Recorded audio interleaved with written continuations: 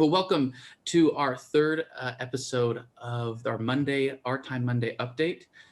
We're going to do things a little differently this time. We have on the call, we're doing a Zoom meeting, so pray that our internet connection holds. And Michael, our architect, we'll let him introduce himself in a sec. He doesn't freeze on us, and we can keep going. So I'm always here with Alan, and today we're going to talk about the sound in our church, which we know is a hot button issue. But first, Michael, do you just want to say some words of introduction, like who you are, how long you've been an architect, and what your favorite color is, or what you gave up for Lent? I think maybe, I don't know if you share that, so. Well, yeah, I've been registered architect for like 38, 39 years now, I think, something like that. Started back in the early 80s. Our focus is faith-based work, and we've been working on this. I think we figured out since about 2018. Is that what we said? Right. Yeah. Yeah. So we've done some studies and broken the project into different phases, and things are starting to move forward. Yeah. I joked earlier when we were talking that the second you got the contract for St. Joe's is when your hair started turning gray. So I'm don't worry, Father Eugene's hair started being lost. So I'm kind of concerned what's going to happen to me if I before the end of this. So maybe I'll have like no beard left. Is that what that beard's about? Yeah. So yeah, this is my penitential beard for all the construction work. So awesome. So what we're going to do then, I think we're just going to start. This is our first episode where we're going to talk about the design inside the building. So I kind of wanted to hand it over to Alan to kind of talk about what were some guiding principles? What did we have to do to kind of make sure that we treated the building with respect, we loved, and were faithful to it, but also kind of addressing some of the needs and concerns that we knew were there. So Go ahead. Well, in the prior episodes, we talked a lot about the infrastructure issues, primarily the external, the stonework and the steeple and all. And so we spent the first few years really focused on that. And around 2018, we brought Michael on board, and then him along with the engineering firm, we required a facility assessment. At the end of 2018, we actually expanded our church renovation committee from 4 members to 12. And we knew that we were moving into the interior and we were getting into the design. And so we felt it was real critical to do that because the 4 were really focused on the infrastructure. Yeah. And so then as we got that team together, and this was right before the new pastor came in and Father Eugene and Father Andrew came on board, I thought it'd be important to have a church vision document. So we started that in early 2018, and we worked on that probably through June. And then that was our document for Father Eugene. And then also that was handed over to Michael, Anthony, our architect, to lead us through that design. And in that process, we identified the things that we really felt were important, from a ministry standpoint, from the church and for our future generations, from a church standpoint. And very early on in those meetings, the sound system and the lighting came up as critical issues. I bet. So with that, Father. No, that sounds about right. I have no doubt that the sound system and the lighting came up relatively quickly, and I feel bad for really everyone who has to sit in our church and listen because they can't hear all my hilarious jokes. So they flow from me as a font of grace from the sacraments as well. So I guess, Michael, maybe can you help define for us what you saw as kind of the problem areas for our sound in particular? Okay. When you mentioned vision, I think part of the vision there was to maintain the historical nature of the space without, introducing elements that might change that, acoustical panels and stuff like that would be out of place in there. So, but we had to improve the sound and the acoustics in the space. Yeah. Some of the challenges are that the space is wonderful. It's a historic space. It's got all that plaster and stone, the plaster vaults, and sound just resonates in there. It's why Gregorian chant sounded so wonderful, right? Right. Yeah. Yeah. Um, or why you sound so great in the shower when you're singing, huh? I The sound sound great just all the time, not there just you in the go. shower. So that's right. Just to But the clarify. but the sound Yeah. just bounces around in there. So musically, and from an instrument standpoint, and s- voices, sung voices are wonderful. Spoken word, the clarity is lacking because the sound just bounces around, and you can't pick things up very easily. There's no clarity to it. Mhm. Yeah, no, that's kind of the historical space. You're right. Like the mass was very different kind of when the church was built. It was much more silent, much more dependent on kind of organ and choir and chant music. And we've kind of had transitioned into really where preaching has become a lot more prominent.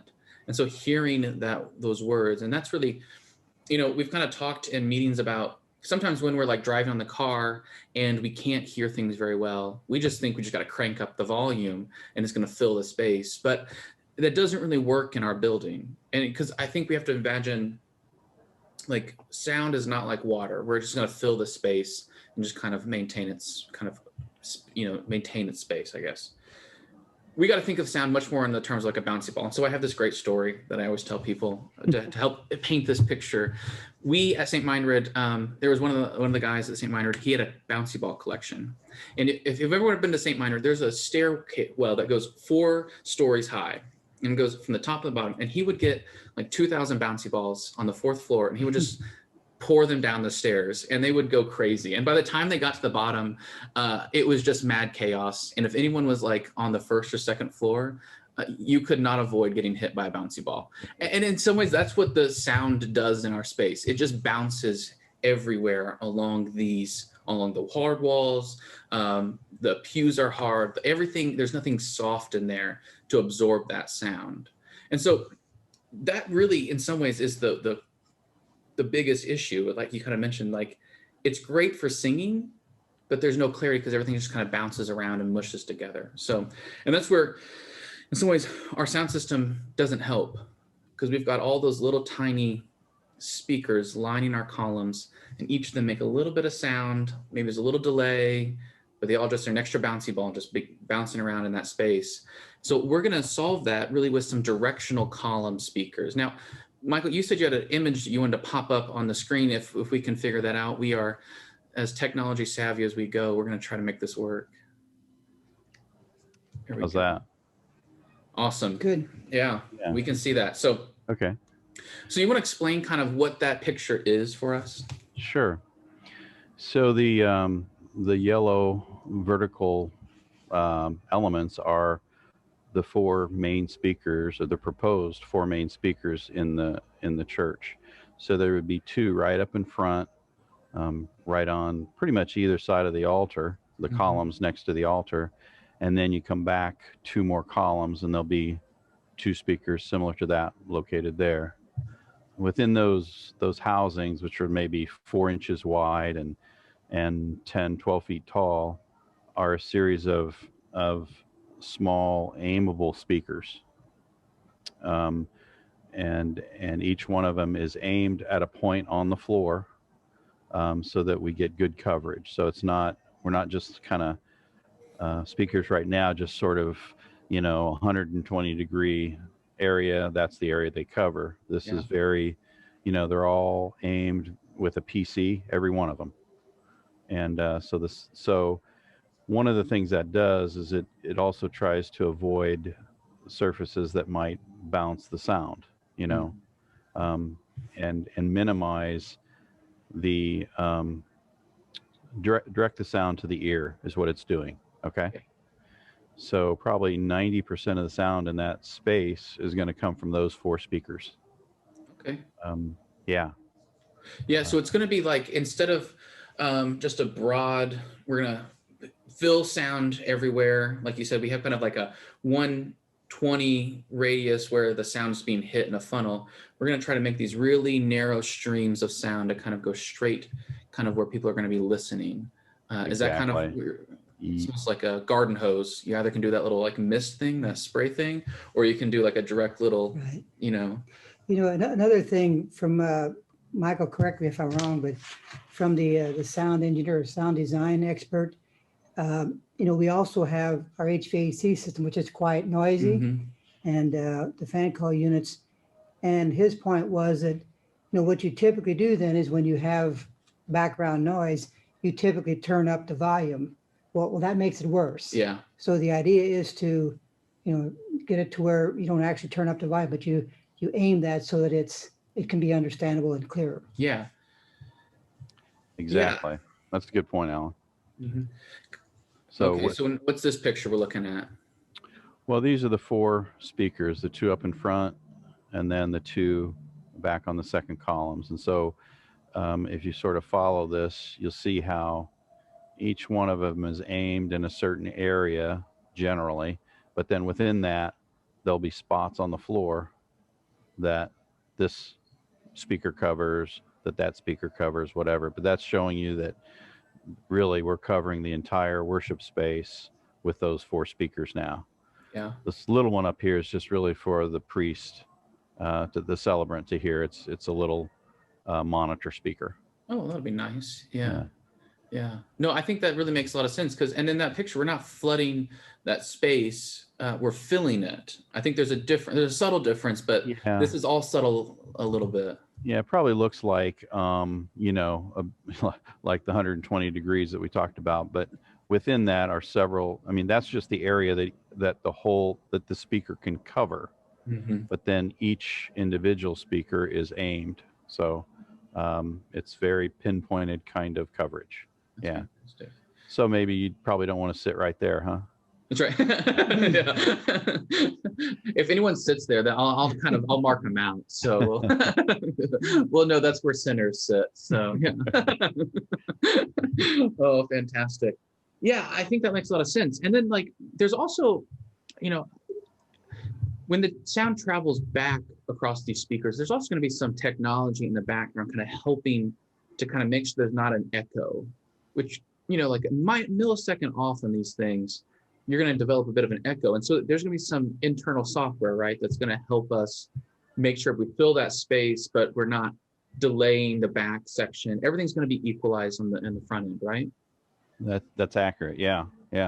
And then also this back wall will have some absorption in it that keeps the the sort of echo or bounce back from occurring like you're talking about.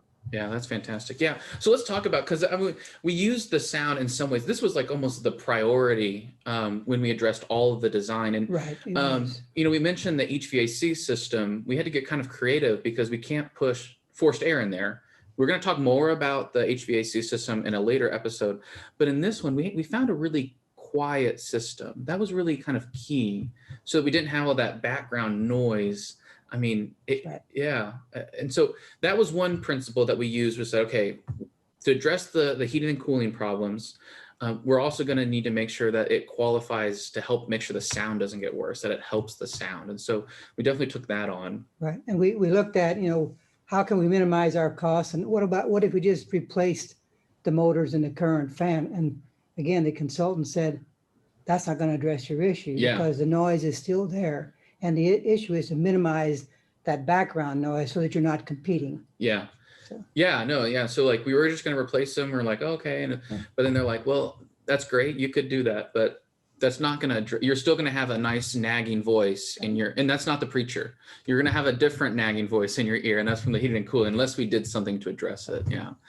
Cool. So we'll talk about the details of the sound system or the heating and cooling system later, but we did want to say that was a principle what we were talking about in that. But that back wall, we talked earlier about how we wanted to kind of maintain in that vision document the historical significance, and everything kind of had to look like it meant to be there. And we were going to use that back wall as that absorption, as Michael, you pointed out. We didn't want to just put up giant foam boards to kind of absorb the sound. We didn't think that would be very beautiful. We didn't think that would help. So you want to explain kind of instead how we integrated some of these sound panels into that beautiful back wall? Okay. So if you look, this is your existing balcony rail that we'll reuse as much of it as possible, and probably, we'll add some as well. And then below that, above the arches, between the rail and the tops of the arches, is a wood panel that's perforated with like micro perfs. And behind that, or within that panel, is insulation, essentially, that will help with any kind of echo or bounce back towards the speakers. Yeah, So you passed that around at one of our meetings, and it was really cool to see. I'd never seen anything like that. It really did. When you held it up at the meeting, it just kind of looked like a wooden panel. But then when you had to hold it in your hands, which it's going to be pretty high in the air, so you're not going to notice it. But it had all these little tiny dots in it, and all that was is like little dots to kind of suck in the rest of that sound, so it doesn't bounce back at the congregation. Is that right? Exactly. Yeah. That's really incredible technology. It really looked great. Did you get to see that? I did. Yeah, yes. yeah. I never would have guessed when you held it up that was kind of there. So we both that wall is going to play a really important role in.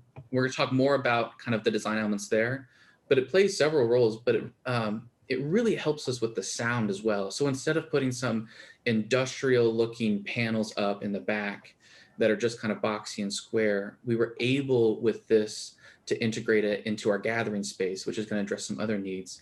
It's just a really great compromise to say, like, this wall isn't just a cry room, or it's not just a gathering space. It's also really going to help our sound function better. And I think that's really important to kind of note, because it's much more beautiful than a sound panel. So at least I think. And I think it points out the importance of having Michael and bringing the right team members together, like that sound design, the engineers there. Because this church was built 150 years ago, a long time before the current technology. So it was not built the way a church we built today. So, we have to do things that we may not have preferred to do in order to get the best that we can do from a sound standpoint. Yeah, we had to get really creative on a lot of these issues. So awesome. Michael, is there anything else you need to share real fast?